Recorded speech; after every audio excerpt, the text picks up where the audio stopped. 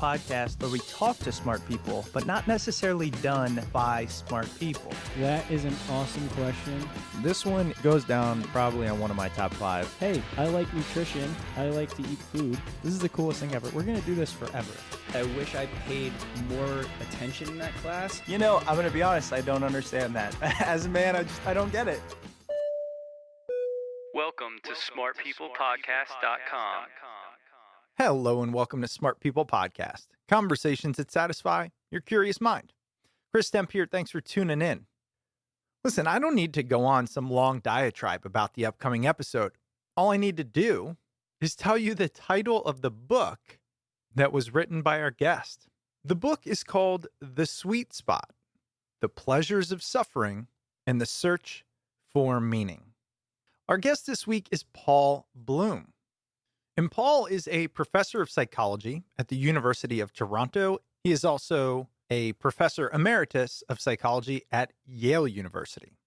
He studies how children and adults make sense of the world, with special focus on pleasure, morality, religion, fiction, and art.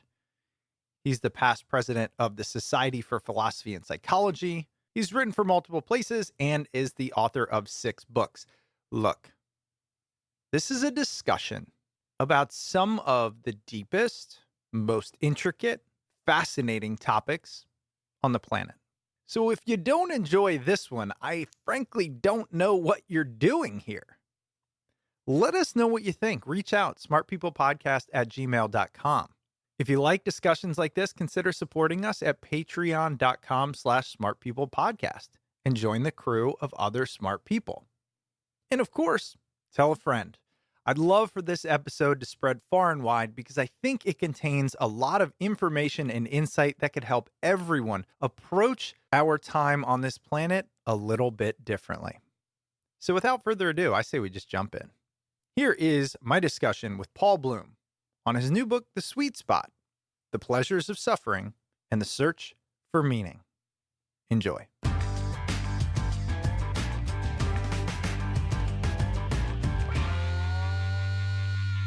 I've had a strained relationship with the science of happiness, and you kick off your book kind of talking similarly.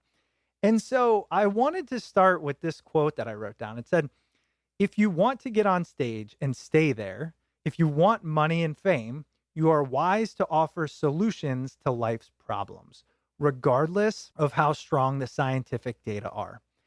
How do you think about the science of something like happiness now, knowing how hard it is to sift through different opinions on it? It's such a good place to start. You know, the science of happiness suffers problems that other fields don't.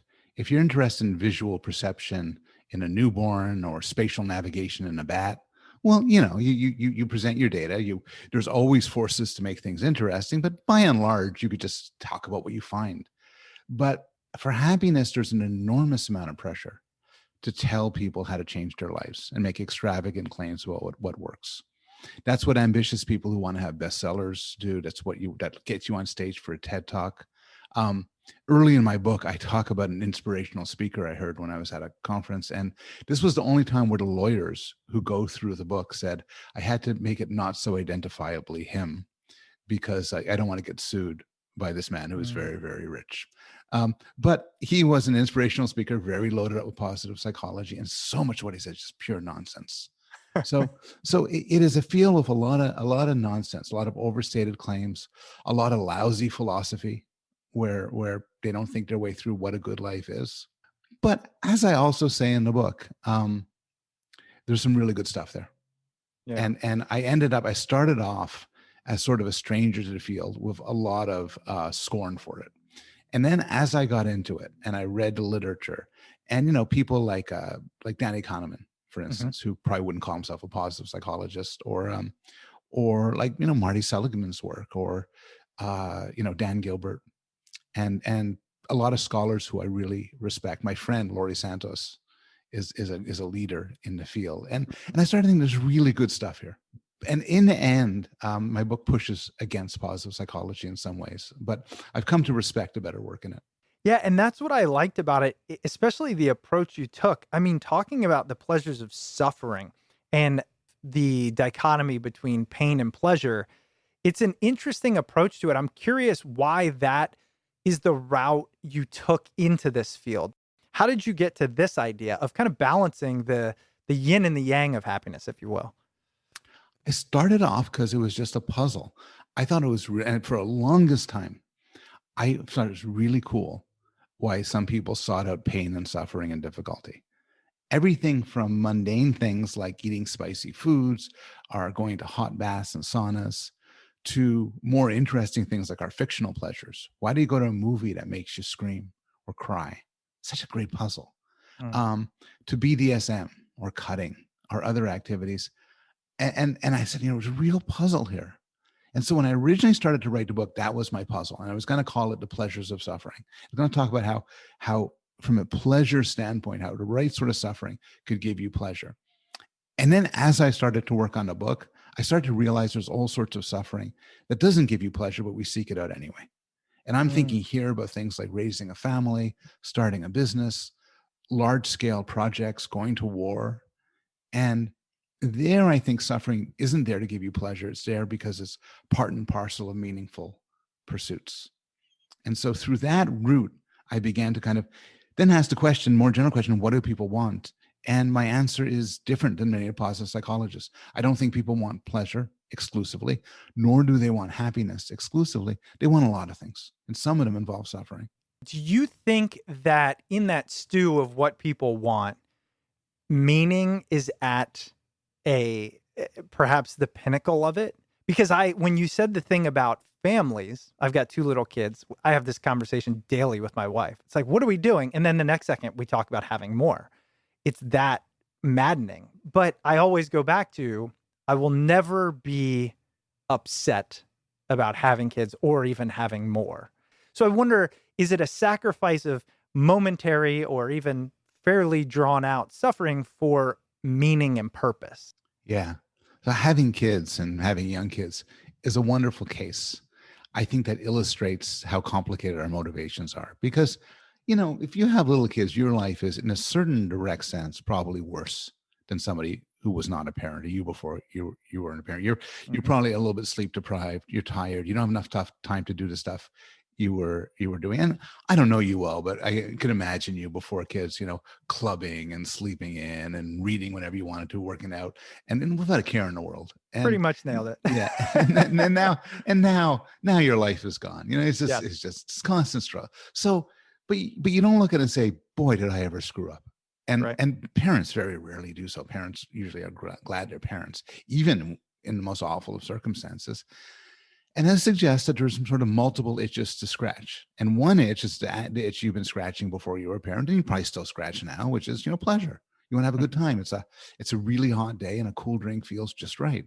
That's never going to go away. But there's also purpose. And having kids is, I think, purposeful and meaningful activity that draws us for different reasons. You asked where I put them on a hierarchy, and I actually don't. I think there's a lot of people. My friend Scott Barry Kaufman, I think, likes to put things on a hierarchy, and he would give you a different answer. But I think a good life contains a whole lot of things, and instead of putting them in a hierarchy, think of them as sort of segments of a pie. And one segment is happy, pleasure. Another is being a good person, morality. Maybe something else is spiritual for some people. And a big part for a lot of people is meaning and purpose. And people differ. There's these nice studies where you ask people about their lives, and some people say, look, I live a life of happiness. Meaning, no, not so much really. And other people say, I live a life of meaning and purpose. Happiness, pleasure, not so much. And some people, and I think they're lucky, say, I got both. So, and so there's a certain balance, and people have to find their balance. And to some extent, my book is a defense of putting more meaning and purpose into the balance. But to some extent, it's a personal question how to distribute that.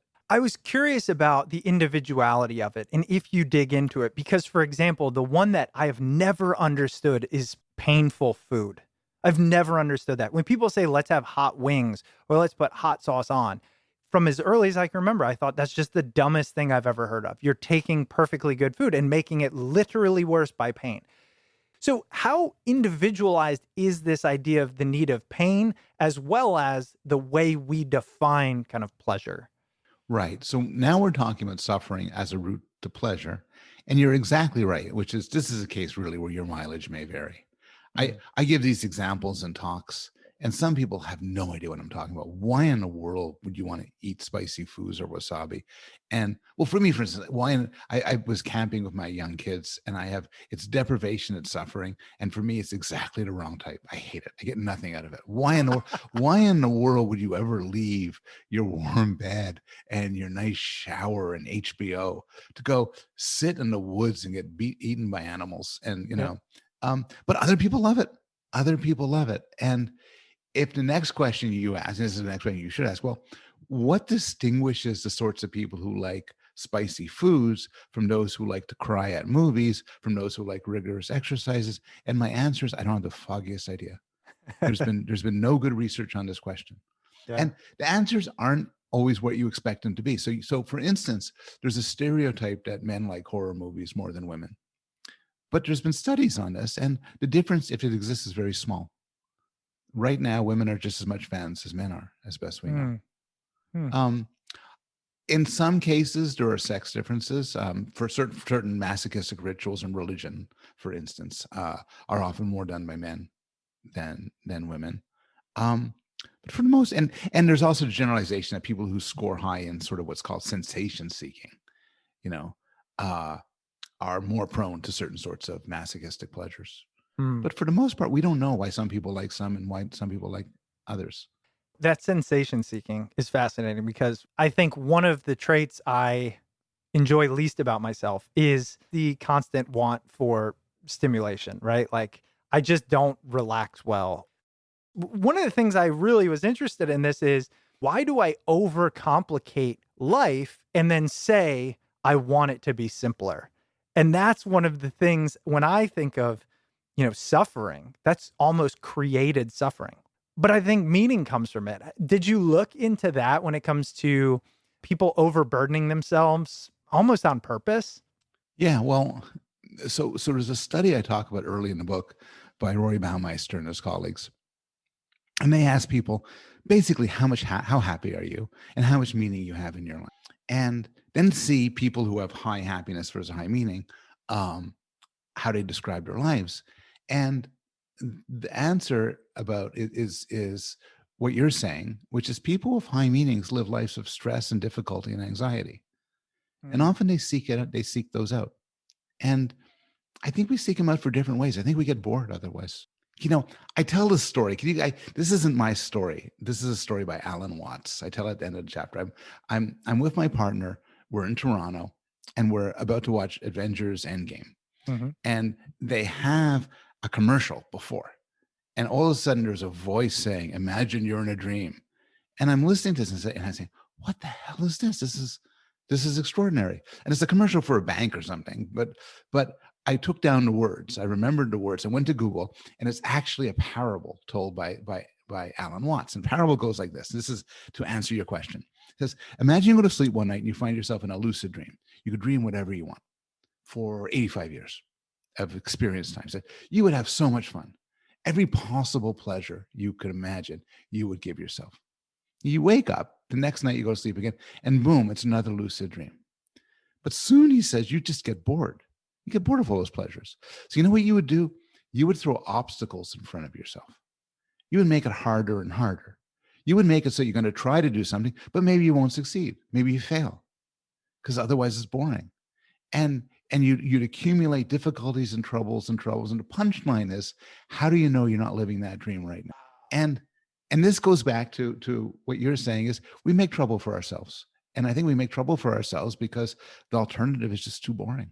I just got goosebumps. That's crazy because I have long thought about that in this way. Do we create or manifest problems because our life today is too easy?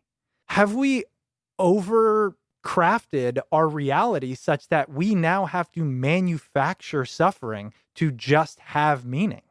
Good question. And there's some data on this. So you look around the world and you ask people, how happy are you?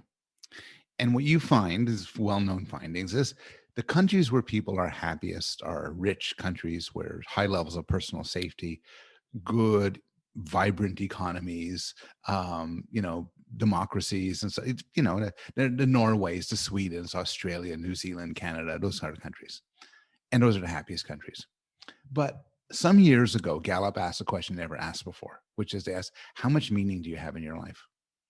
And the results were startling. While for happiness, there's a positive correlation with how rich the country is. For meaning, there's a negative correlation, which is that the countries that had the least meaning were the richest and most prosperous, while the countries that were poorer had the most meaning on average. Now, it's not clear why this is so. One answer is what you're saying, which is as life gets easier and easier, we just fall into pleasure and we lose meaningful pursuits. Maybe the day-to-day struggle to survive in a very difficult environment gives rise to meaning. Maybe people in poor countries are more religious, and that's associated with meaning. People in poor countries have more children, and that's associated with meaning. It's hard to disentangle. But there's some sense in which the seeking out of trouble is what you would expect in a society where we might have sort of have less trouble than other people. But having said that, so that's sort of argument one, having said that, on the flip side, the sort of painful activities, masochistic pleasures, show up all around the world. And they're not any more common in the affluent West than they are in other parts of the world.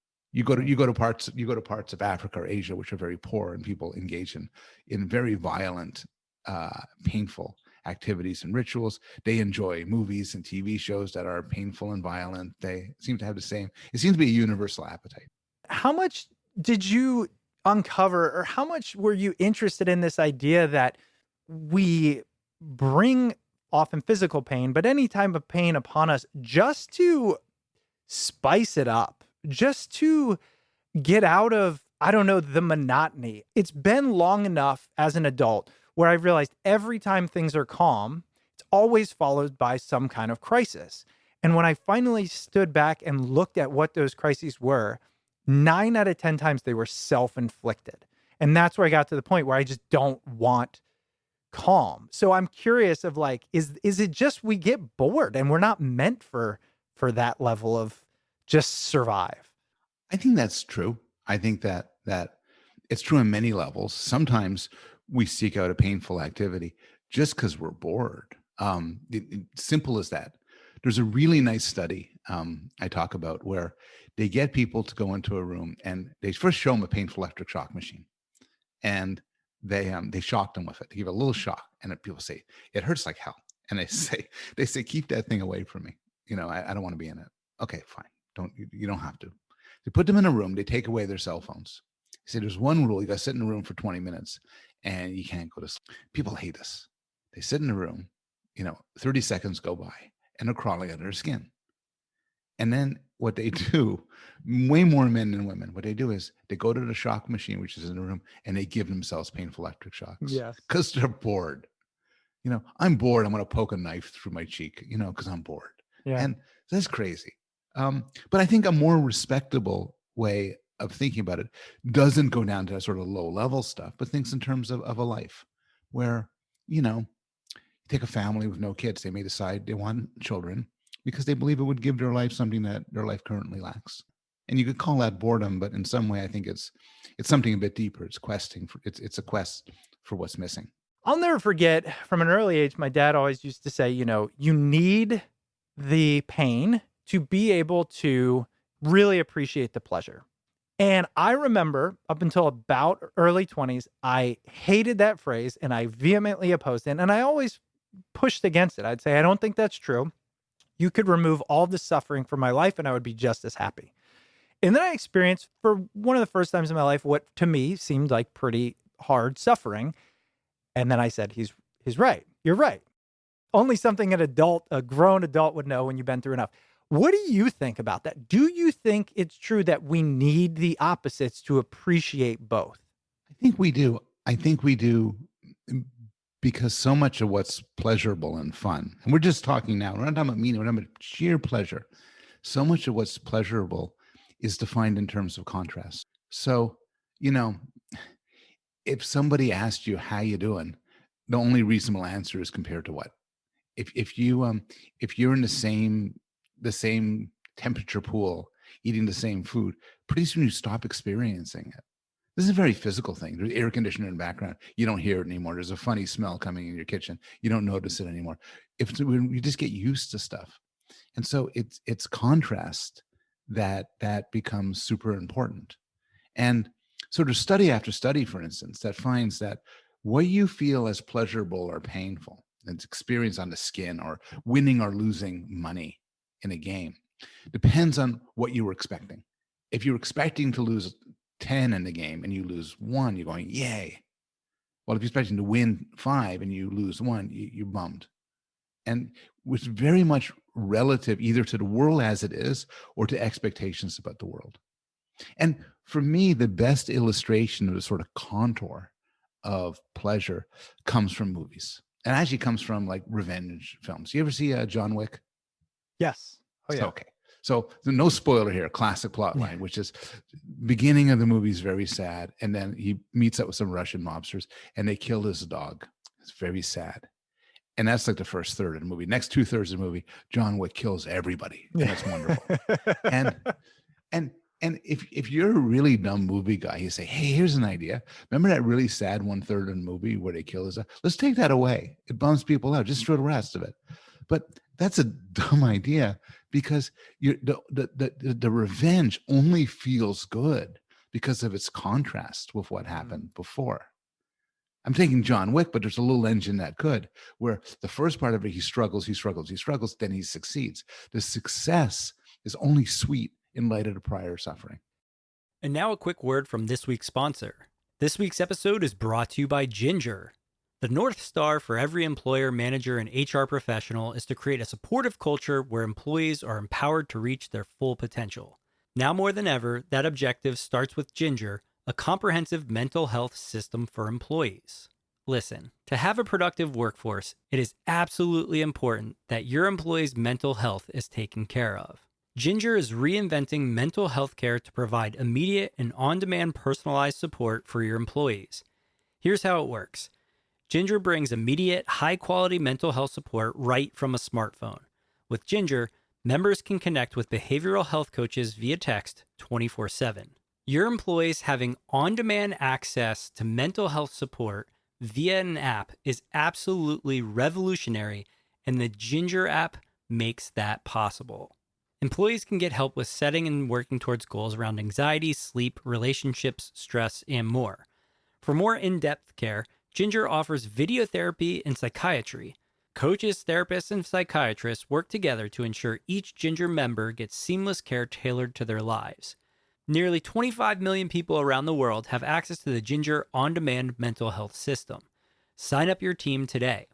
To learn more about how Ginger can support your employees' mental health, visit ginger.com/smart. That's ginger.com/smart. And now back to the episode. That's a great analogy. Do you think it's true that people who never have to work, given a trust fund, born to rich, wealthy, famous, all of this, essentially that silver spoon mentality, struggle more in life because they lack the meaning that comes from struggle, that comes from purpose. And so they're experiencing it later on due to the lack of experiencing it early? It's a really interesting issue. And my views on this might surprise you because a lot of my book is a defense of suffering and how important suffering is, pleasure, meaning. But I'm all about the chosen suffering. These are all cases of chosen suffering that we're talking about up to now. To some extent, you're talking about unchosen suffering. And you're asking right now, does bad stuff that happens to you in some way strengthen you and build up your resilience later on? And there's sort of a couple of answers to this. One answer is there's a little bit of evidence that it does, that you're right. There's some studies done, for instance, where they give people like a 32-item inventory. It's the most saddest thing you could see, which is it's basically each item is a bad thing. Has your house ever burned down? Have you ever been sexually assaulted? Have you ever lost somebody you love to murder or whatever? And some people score really high. And it tears you up to think about this. Some people score like 0. No, nothing like that. No. And then they give them pain tolerance studies. And it turns out there's an inverted U-shaped curve where the people in the middle have the highest pain tolerance. The people in the extremes don't. And maybe if you had so much torment through life, you could be kind of broken. Well, if you had no torment at all, you're unprepared for it.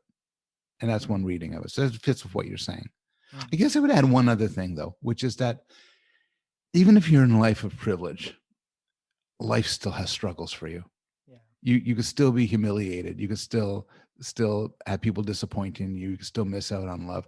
I'm not saying it's all the same. I think there's something objectively worse about being poor and not being able to cure an untreated infection versus being very rich and your father doesn't love you. But if you're very rich and your father doesn't love you, it still hurts. There's nobody who makes it through life unscathed. That was the thing that hit me. That's what actually hooked me. And I think good books do this great, but right off the bat, I think it was the first sentence you talk about that you can't go through life unscathed. And one of the things you talk about is back pain. And I realized thinking like, man, if that's the pinnacle of old age, but it's true, you can't make it out regardless. And something I learned early on is like, not everybody's pain needs to seem equal or be compared. It's incomparable. The experience of that pain that gives it its meaning. I was having a conversation with somebody. I won't name the actor in case he listens, but this person had read that the actor had been treated for depression. And she was astonished. And she said correctly, but he's so handsome and so rich. And honestly, that was kind of what I was feeling too. Like, what does this guy have to be depressed about? But, of course it's a narrow view. It's, people go through all sorts of terrible stuff. And often because people possess gifts or good fortune that you don't have, you think, wow, I'd love to be them. But you don't, it's hard to know someone's pain. Well, I'm going to get into some specifics here because, again, you talk about so many. The first place I want to start is the idea of happiness in general. Sometimes I find it to be pointless. You ever think like, why focus on it so much? What is the point of that in the first place? Meaning, I think for me, I can wrap my mind around more. But happiness, and then when you go a step further, pleasure. Did you ever just look into like, why does it matter in the first place? It's funny because you're writing a book, you talk to people. And you get two kinds of responses. And one kind of response is yours. You say like, man, why would you care about pleasure? And the other type of response, I have some friends who are hedonists, says, why would you care about anything but pleasure? You say it's rewarding to do such and so, but all you mean is you get a buzz out of it.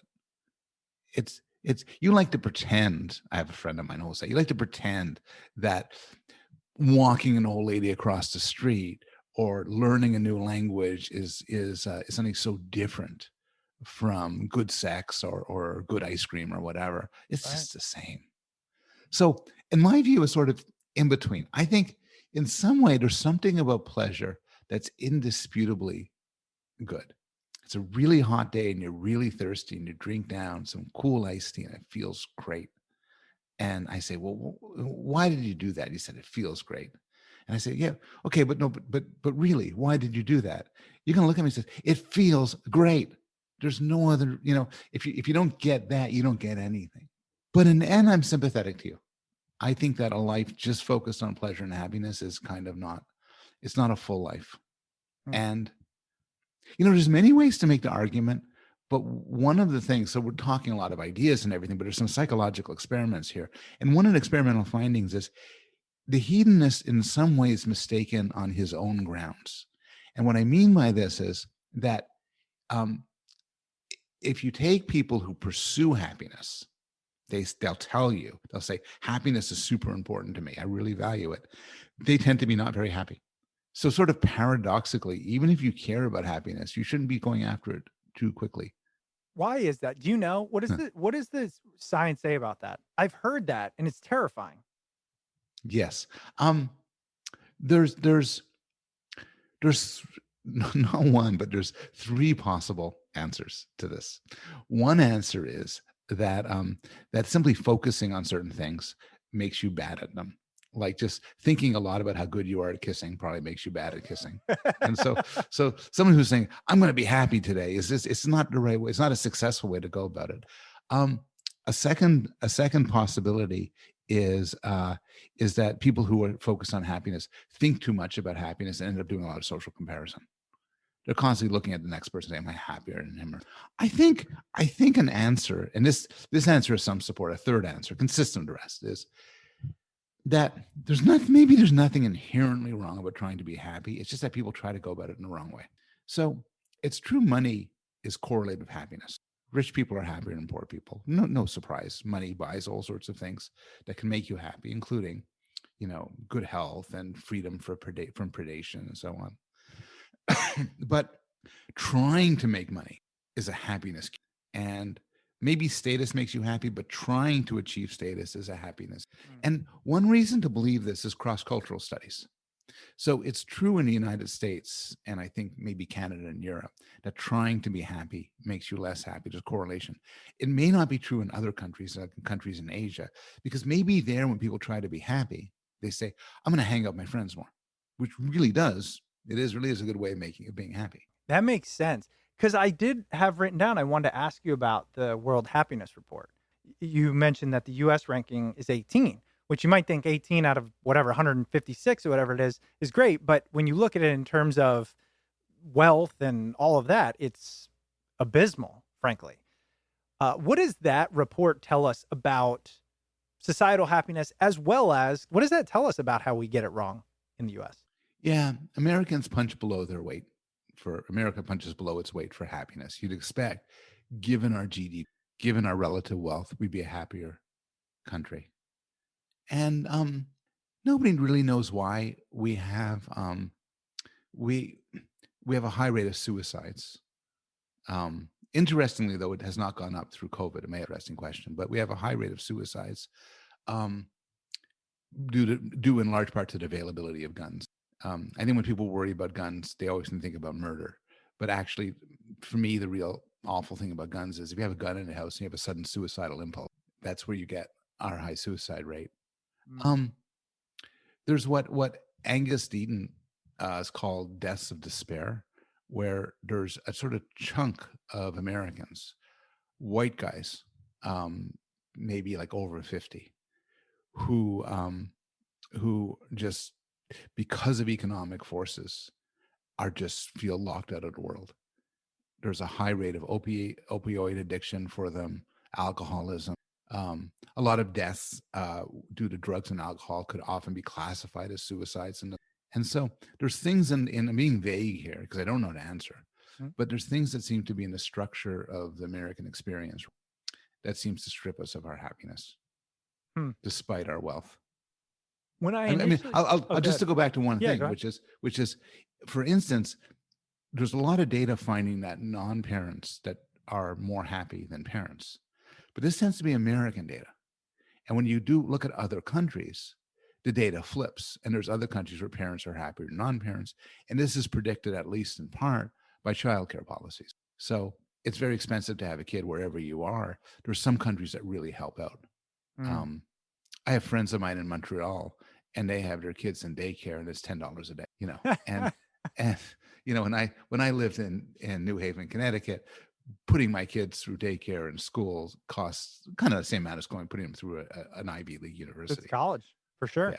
When we relate it to other cultures, if the human experience is the same because we're humans, so it's like biologically, physiologically the same, then why could the same experience in two different geographic locations cause different emotions from it, different outcomes? But then what you alluded to is, well, oftentimes it's based on what that experience leads to in a culture. So it's just so nuanced, it's hard to nail down. That's right. And I think that's a nice way of putting the interplay between evolution. Because I think I'm very much of an evolutionary psychologist. I think our appetites have been wired up through natural selection in really powerful and clear and often very specific ways. It's why we have sexual desires that are very sort of circumscribed and kind of predictable, why we like the foods we eat, why status and respect and love are important for us, why aggression is often an absence, and so on. But we also live in cultures, and the cultures manifest these things in very different ways. Um, Sometimes it's just banal and obvious that, if you're in Korea, you might be eating a lot of kimchi. If you're in Manhattan, you might eat a lot of, hot dogs. So it's just the culture tells you this food versus that food. There's some variance in our behavior, and sometimes it's more complicated. Like, we all want status, but what status is in a hunter-gatherer society versus an academic university department versus a baseball team is very different. You know, in some societies, I have my graduate students call me by my first name. 'Cause, and in fact, for them not to would make me look. Hmm. But there's other countries where students, do not call their professor. World's simplest example. In some countries, for you to stand close to a person is either totally normal or incredibly rude and unpleasant. You have these parameters of variation. And for what I'm interested in, suffering and the use of suffering for pleasure and for meaning, you see these variations. Well, that's an awesome transition because I want to spend the rest, the next 20 or so minutes talking about this idea of suffering. Because we spent a lot of time talking about happiness and meaning, but suffering, that's the unique twist here. What do you want people who read your book to understand about suffering? If I could get people who read my book to understand, to take seriously one argument or not, it goes like this. It falls under what's been called motivational. The right theory of people isn't going to be we want, and then there's a one word: pleasure, meaning, morality, truth, beauty, transcendence. Rather, we want a whole lot of things. So that's part one. And then the second part is suffering is an integral part of me. And so I would then try to persuade a lot of pleasures are sweetened by suffering. You think of extreme examples like BDSM, and but there are other examples, other more basic examples, sort of spicy food, hot sauna examples. But then finally, more to the point, it's not just suffering we want meaning, purpose, significance, and you can have that without suffering. It's not like it's not like when you choose to have kids, you say, man, I hope there's a lot of suffering involved. That's crazy. You probably hope it's going to be wonderful. Who wouldn't? But if it wasn't difficult, it wouldn't be important. That's in some way the very human bind we find ourselves into. There's a marathon's coming up and I want to train for it. And on the one hand, I love to train to be pleasant and easy, and I don't have blisters and I don't ache and I don't want to give up. But on the other hand, if it was easy, it wouldn't be worthwhile in the end. I won't remember it. How much of that do you think is because of an innate biological, evolutionary human drive to accomplish? That may be. This is the second or third question you've asked me that I have to say I don't know. Yeah, So here's- I'm not expecting you to have every answer. That's what I'm talking it through with So, you. here's one way to answer the question, which is, evolutionary theory, and as well as simple or common sense says, wherever we are, hunter-gatherer societies, there'll be certain things we want, appetites. We'll want to eat. We'll want to drink. We're going to want to have sex at a certain point because we will have to reproduce. We want to take care of our kids because we have to reproduce. The kids have to live long enough to survive. We form alliances, friendships, romantic relationships. We have to hunt. We have to work as a team. A long list of things. Is there in the mind of a hunter-gatherer sort of an appetite for, I want a sort of a long, fulfilling, meaningful projects? Or do they just live day to day, sort of scratching these itches? It's possible that the meaning part of my book, not so much the pleasure part, the meaning part of my book, explores sort of a human discovery, that the appetite for meaningful experiences isn't something hardwired within us. I honestly don't know. I'm not going to study hunter-gatherers, but I do study young children. And it's a good question to ask to see whether you see that appetite in 2 and 3-year-olds in some way. And you do in some things that are related, like this kids like to construct things. Mm-hmm. They like to make art. And maybe that reflects what you're talking about, a desire for something difficult. Hey everyone, Chris here, and I want to take a minute for our sponsor this week, Organifi. Now, the one thing you might be asking is, why is Chris doing the read? Because honestly, John almost always does these. When Organifi decided to sponsor the show, and I got their product, I tried it, and I was genuinely shocked. I actually called John and said, hey, let me do the ad read for this one because it's incredible. And here's why. Organifi is a line of organic superfood blends that offer plant based nutrition with high quality ingredients and less than 3 grams of sugar. So, my two favorites are their green juice blend and their gold blend. The green juice blend is best with cold, just mix it with cold water. It has all types of good stuff. It has ashwagandha, which if you're not familiar, it's a adaptogen that can help with stress, weight management, etc. It has moringa, matcha, chlorella, spirulina. It has all this good stuff, but what's even crazier is it's delicious. Like my biggest problem with a lot of these products is they taste like they're healthy. This stuff is awesome. And the gold, oh man, you put it in hot water like a tea. It has turmeric, ginger, lemon balm, reishi mushroom, turkey tail mushroom. Again, made of health, but like better than all the teas I have on a nightly basis.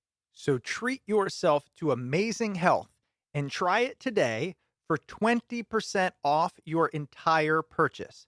Go to www.organifi.com/smart. Again, organifi.com/smart. Get 20% off. And when you love it, shoot me an email and tell me I was right. Let's get back to the show. Yeah, I've always wondered that, just the want to be focused on an outcome. I mean, I know a lot of people, myself included, I'll go build something, do woodworking, or a lot of people do it in gardening, just the want to see the fruits of our labor. And to your point, if it was easy, in which you knew it was going to be perfect and successful before trying, why try at all? These are correlated. In some reason, it's as if suffering is an indicator of how significant something is. That's, to me, a $1 million question. Why does it have to be that way? Do you think there's some natural law to that? In some way, there's a natural law to that, which is creating anything is a battle against entropy.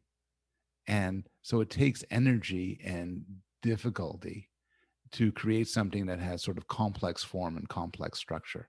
It doesn't take much to take a beautiful sandcastle and smash it down, to turn complexity into nothing. But to create a beautiful sandcastle, because it's so improbable, requires work and requires struggle. That's all. You know what? The improbability of it occurring without your unique inputs. That's cool. That's really cool. I love that. I'm going to cling on to that. Given all of the things, like you said, the entropy that exists, I was able to harness it based on what's available or what's not even available yet to put something new out there. And your question raises a hypothesis. So it seems for clear cases, this correlation is, I'm more impressed if I run a marathon, by running a marathon, if I had to work for it and suffer through it, than if it just came naturally. I mean, it's more of a thing.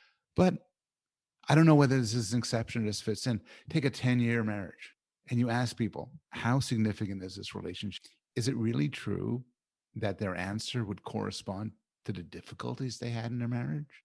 Do you love your partner more ultimately when you go through more stuff with them? Do you love your kids more if there was difficulties and struggles? I honestly don't know. So I was debating whether to run this by you or not, but it relates to this. One of the things I found I naturally started doing when my son was born is it'd be 3 a.m. I'd be furious that he's up crying. I mean, I'm talking when he was super young. He cried a lot because he had that colic or whatever. I mean, completely sleep deprived. And I remember the first time this happened, I sat there and I get emotional thinking about it. I imagined what if something horrible happened to him?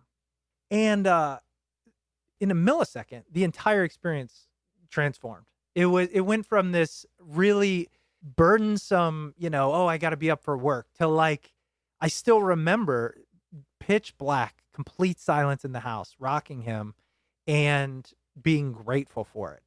And that was triggering suffering. And then that suffering leading to far greater meaning. And that is all a mental exercise. What is that all about? That's a wonderful example. And it illustrates how much of what goes on is a matter of framing, is a matter of how you think about it. There's some quote by Seneca, and I'm going to mangle it, but the main idea is that you can take suffering now and just endure it. And this is now maybe unchosen suffering. Your kid middle of the night with colic. But sometimes for both chosen suffering and unchosen suffering, you could turn it into a narrative, and then you could kind of plan to dine out on it later. I I talked to this guy who was very stoned. Was young when he was young, and there was a seal on a beach, and somebody thought a seal was like a, and then so he reached to pet the seal, and the seal bit off most. And as this was happening, my friend, high on ecstasy, said to himself, "This is going to make." And to some extent, your hike in the Colorado mountains, and we were talking about this before. Yep. Miserable, and while you're having it, probably at every point, if there was a button to press that would plop you down into a hotel room with air conditioning and a cool shower, you'd do it. But you struggle your way through it, and then you look back on it, and it's the kind of person you want to be. I know you talked about in your book how fast we adapt to things. One day you can get something and you think it's the best thing ever. And 3 days later, what was a luxury now is a necessity. And I think sometimes suffering can shake us out of that. I mean, it's what psychologists call the hedonic treadmill, Hmm. where you keep running as fast as you can, and you stay still, and you could see that you could see you win a prize, an award of some sort. This is great, but a month later you're not feeling the same. Wow, this is great. You get bored. A lot of people who have had some professional success find that what really used to tickle them was becomes less pleasant later on. Someone who's famous, early in their careers, a stranger giving them a compliment was a big thing, and now you're Brad Pitt, and it's not such a big thing anymore. Kind of, you don't even notice it anymore, and that's the problem. And so people respond to this in different ways. There's a book I have, actually, crazy book, where this guy describes the hedonic treadmill, and he says the trick is you keep running faster and faster. You're bored of your wife, get a new one. You're bored of this, get two. And and I think the guy was going through some sort of issue, but Right. but in the end, you cannot outrun the hedonic treadmill. You will run out of new. I think the solution is to get off. I think the solution is to say, well, I'm not going to seek endless pleasures. I'm going to seek other things, think valuable goods. A good long friendship and a good long romance and having kids are long sustained relationships that lack the friendship by definition. But also, almost by definition, they give you valuable things you couldn't get from suddenly new things. Some things through sustained experience. It's like the Stoics had it right. The Stoics do have it quite a bit right, and so do the Buddhists. Yeah. A lot of religious traditions are basically sort of theories of hedonic, So, and the Buddhists say don't even start walking. Right. You're just going to get suffering. Understand that's part of the business. Understand that that's life, and then try to have the right attitude towards it. When you talk about suffering and you talk about Buddhists and you talk about that, I can't remember who it was, but they said, the best way I describe life is it's a series of loss. So from the moment you're born, all you do is lose things. And that feels really heavy, difficult, negative, but I don't know if I can refute it. So sometimes I tend to think, well, if that's the case, okay, it's loss in terms of because it's finite is the only reason it matters. What I love about your book and kind of bringing it back to this is too often I think that suffering and those difficulties, and myself included, have a negative connotation. Suffering is the opposite of happiness. Pain is the opposite of pleasure. But what your book opened my eyes to and how you've talked through it is the prerequisite, or at a minimum, the necessary ingredient to it. And if you can take that stance, perhaps you can change the lens you experience it through. I think that's a beautiful way to put it. And I mean, one thing, building on what you said before, some people argue, and I think it's right, that if we didn't have an expiration date, if there wasn't such a thing as aging and death, it would be hard to find meaning in life.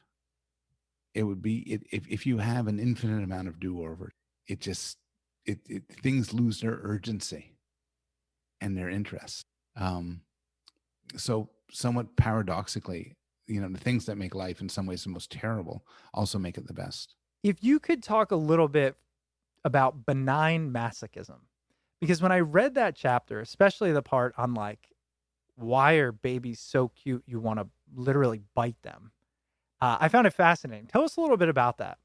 Um, so benign masochism is a term thought up by my favorite psychologist, Paul Ragen, and it refers to our appetite for certain low levels of pain.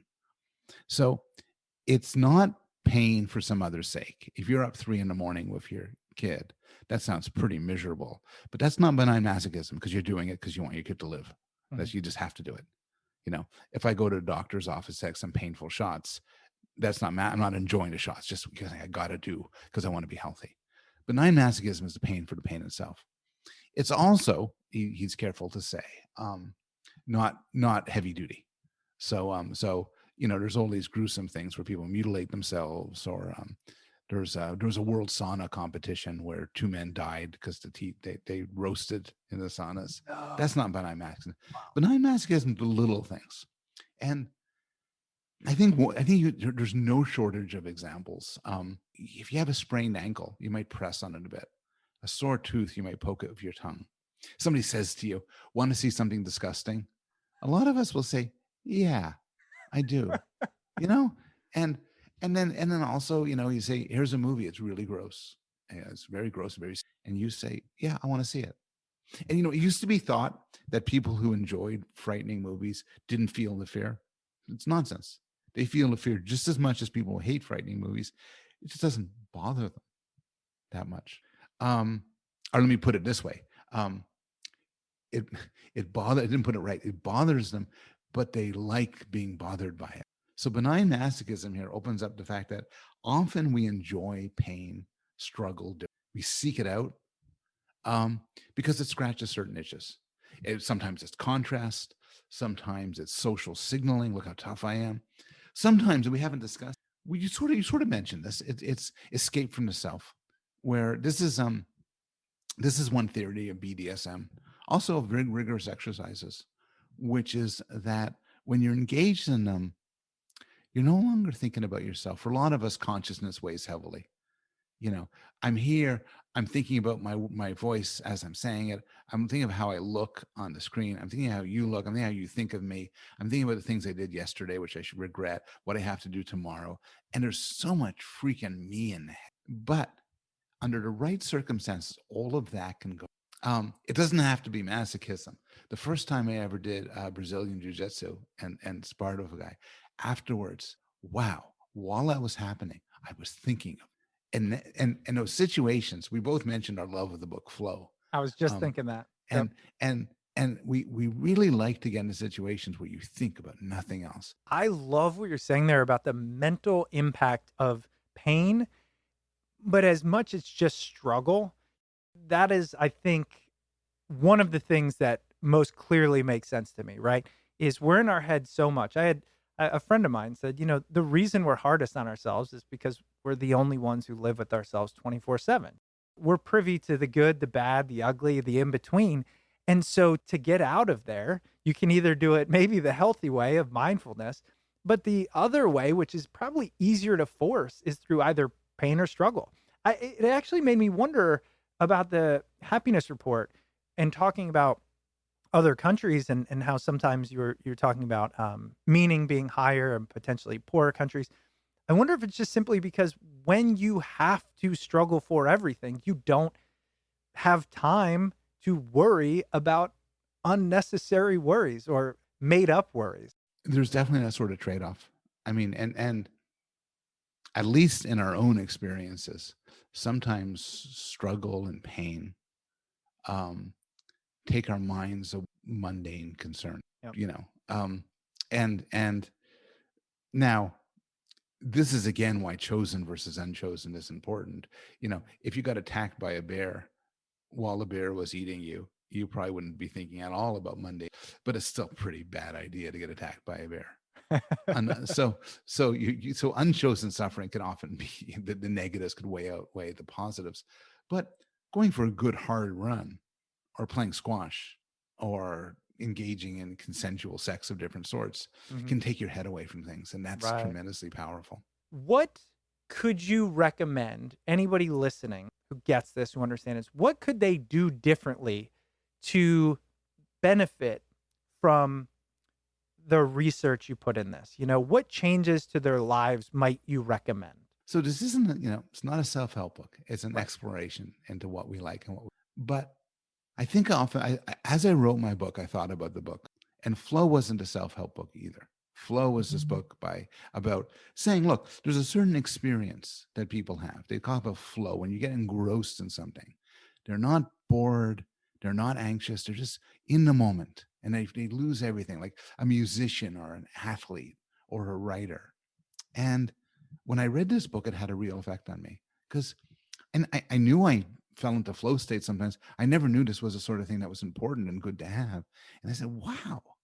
And I read his stories about these people who were constantly in flow, and I admired them and so on. And it opened up opportunity. And I'd like to think that the people whose ideas I discuss and the researchers I discuss open up possibilities for people. Well, I have to say, I think you accomplished it. And I think by listening to this conversation, most people would agree. If you can change perspective on things as impactful or as deeply ingrained in the human experience as suffering, pain, happiness, meaning, and give some context to think through it, that's a tall challenge. I think you did it. Again, the book is The Sweet Spot: The Pleasures of Suffering and the Search for Meaning. Paul, as I said, we'll link to this. What else are you doing these days? You writing other places? You going on the book tour, or are you digging deeper into this idea? Well, where can people learn more or follow up on this with you? I'm doing a few things. I'm doing stuff related to promotion of the book, including writing some other articles. I had today's October 15th, and I had something published in the Wall Street Journal. That's a short excerpt of the book. Oh, nice. And so I've been doing stuff like that. I'm writing another book right now on psychology in general. It's the story of psychology for anybody who's interested. I'm teaching classes. I'm doing research. I can be found on Twitter, but Paul Bloom at Yale, but it's mostly dad jokes and retweeting my friends and shameless self-promotion. So that's what Twitter's for. Okay. Yes, I'll be following you. Stupid polls and everything. So don't get your hopes up. I had to ask you, do you find book writing to be suffering at all? Because I imagine it to be, and that's why I keep putting it off. That's exactly what it is. Yeah. Here's how I write books. I try to write an hour each day when I wake up. You do that in a year and a half, 2 years. I find it so hard because I'd much rather go for a walk or go on Twitter or go on Facebook or answer my email or go back to sleep or whatever. But so it's hard. And honestly, I'd be very lucky if it's flow. But I'm kind of struggling and keep checking my email and stuff like that. It is suffering, but I think it's exactly suffering it's suffering of the type, which is, at every point I just find it miserable, but I'm very proud that I do it. And I feel good about myself. What a great way to end. Paul, again, thank you so much. The book is The Sweet Spot. Huge fan. Love it. And when the next book comes out, let's reconnect. I'd love to learn definitely. more. Thank you. Thank you so much for having me on. This has been a very wide-reaching discussion. That was Paul Bloom. Hope you enjoyed the interview. As a reminder, Paul's book, The Sweet Spot: The Pleasures of Suffering and the Search for Meaning, can be found wherever books are sold. All right, jumping into the quick housekeeping items here. If you'd ever like to reach out to the show, you can email us at smartpeoplepodcast@gmail.com or message us on Twitter @smartpeoplepod. If you'd ever like to support the show, please head over to Patreon at patreon.com/smartpeoplepodcast. Or if you're looking for a free and easy way to support the show, just tell a friend or family member about the podcast and shoot them an episode or two that you think they'd like. And of course, if you're looking to stay up to date with all things Smart People Podcast, head over to the website, smartpeoplepodcast.com, and sign up for the newsletter. All right, that's it for us this week. Make sure you stay tuned because we've got a lot of great interviews coming up, and we'll see you all next episode.